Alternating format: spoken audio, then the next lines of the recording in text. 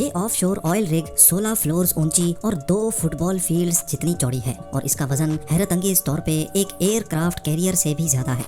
इस oil platform को एपोमेटिक्स कहा जाता है, जो फिल वक्त नॉर्थ अमेरिका में लुइसियाना के साहिल से 130 किलोमीटर दूर गल्फ ऑफ मेक्सिको में मौजूद है। लेकिन इसकी मंजिल का आगाज आज से चंद साल पहले हजारों मील दूर साउथ कोरिया से हुआ था, जहां हजारों वर्कर्स और इंजीनियर्स इस ऑयल प्लेटफॉर्म को बनाने में मसरूफ थे। पूरे 7 सालों की मेहनत के बाद जब एपोमेटिक्स को तैयार कर लिया गया था तो इंजीनियर्स को एक ऐसा चैलेंज फेस करना पड़ा जो वो अपने कैरियर में पहली बार कर रहे थे।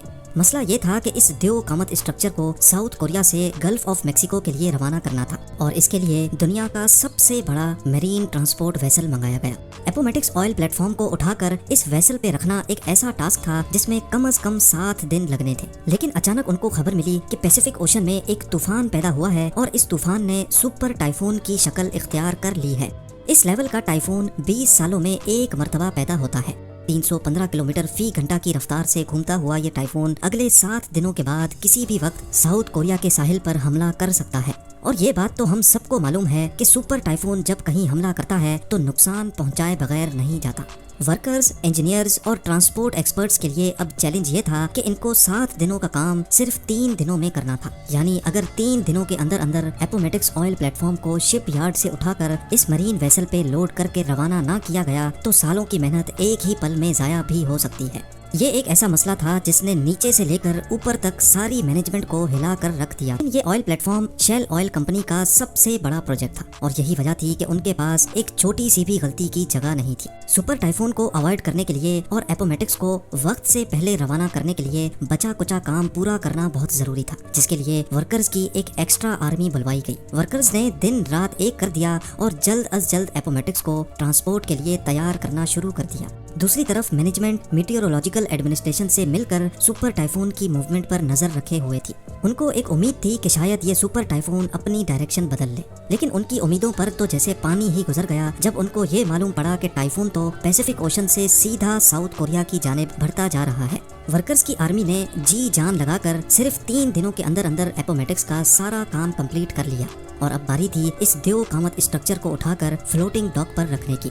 इस पूरे स्ट्रक्चर का वजन हैरत अंगेज तौर पे 41,000 टन बताया जा रहा था। इतना ज्यादा स्टील तो बुर्ज खलीफा की कंस्ट्रक्शन में भी इस्तेमाल नहीं हुआ था जितना इस ऑयल प्लेटफॉर्म पे लगाया गया था। बड़े बड़े हाइड्रोलिक जैक्स की मदद से एक इंच करके इसको धकेला गया और फ्लोटिंग ड्राई डॉक पर रख दिया गया। टग बोट्स की मदद से फ्लोटिंग डॉक को खींचकर शिप यार्ड से दूर ले जाया गया, जहाँ से इसको इस मेरीन वेसल में लोड किया जाना था। ये दुनिया की सबसे बड़ी मरीन ट्रांसपोर्ट वेसल है जो 98,000 टन का वजन आसानी से कैरी कर सकती है और इसी पर एपोमेटिक्स को दुनिया के दूसरे कोने गल्फ ऑफ मेक्सिको तक जाना था। अगली सुबह एपोमेटिक्स को फ्लोटिंग डॉक से उतार लिया गया। अब ऑयल प्लेटफॉर्म पहली बार पानी पे फ्लोट करने लगा। टग बोट्स की मदद से प्लेटफॉर्म को मजीद डीप वाटर तक खींचा गया, जहां ये मरीन वेसल पहले से इंतजार कर रही थी। दूसरी तरफ सुपर टाइफून तेजी से साउथ कोरिया की तरफ बढ़ता जा रहा था और मैनेजमेंट के सर पर एक तलवार सी लटक रही थी। अब सुपर टाइफून सिर्फ 48 आवर्स दूर था और जैसे जैसे वो करीब आता जा रहा था वैसे वैसे समंदर में उसकी निशानियां भी उभरने लगी थी।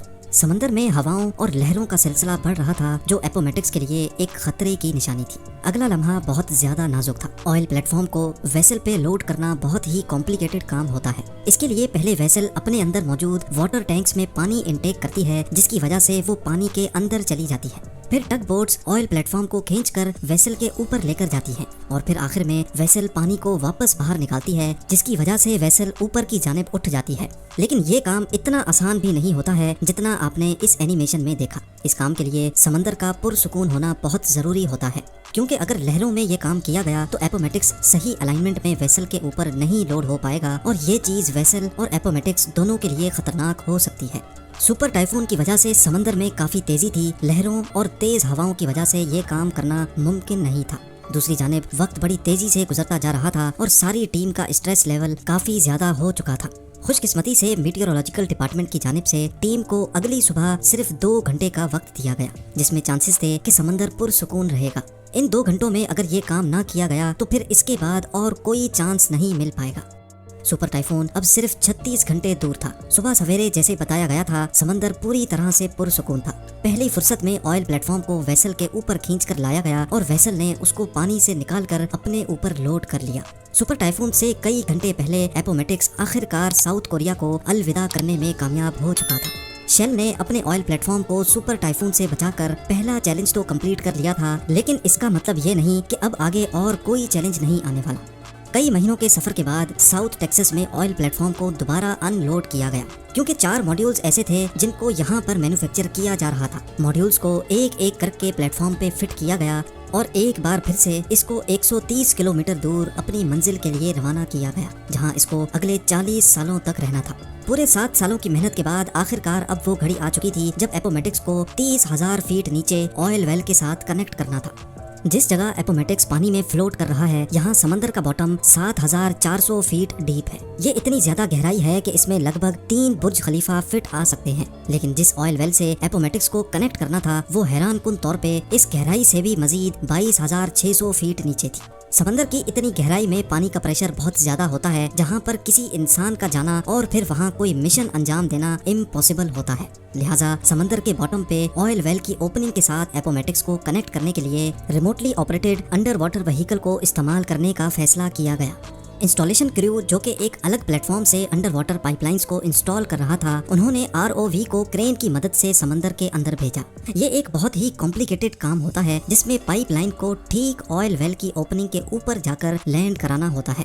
7,400 फीट नीचे ये काम इतनी एक्यूरेसी से अंजाम देने का कंट्रोल ऊपर बैठे ROV ऑपरेटर के हाथ में होता है, जो किसी वीडियो गेम की तरह ये मिशन परफॉर्म कर रहा होता है। खुशकिस्मती से ये काम पहली बारी में ही कर लिया गया। अब बारी थी पाइप को इंस्टॉलेशन प्लेटफॉर्म से एपोमेटिक्स तक ट्रांसफर करने की।